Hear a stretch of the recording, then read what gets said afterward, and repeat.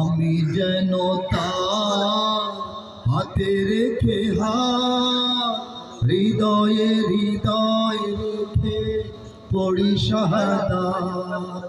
তারি সাথে মদিনাতে হিজরতে যাই, তারি সাথে মদিনাতে হিজরতে যাই। সাল্লাল্লাহু আলাইহি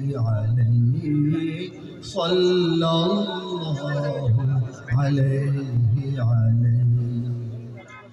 মসজিদে নববী আমিনাতে ওই সাহাবার মাহফিলে যেন বসে রই।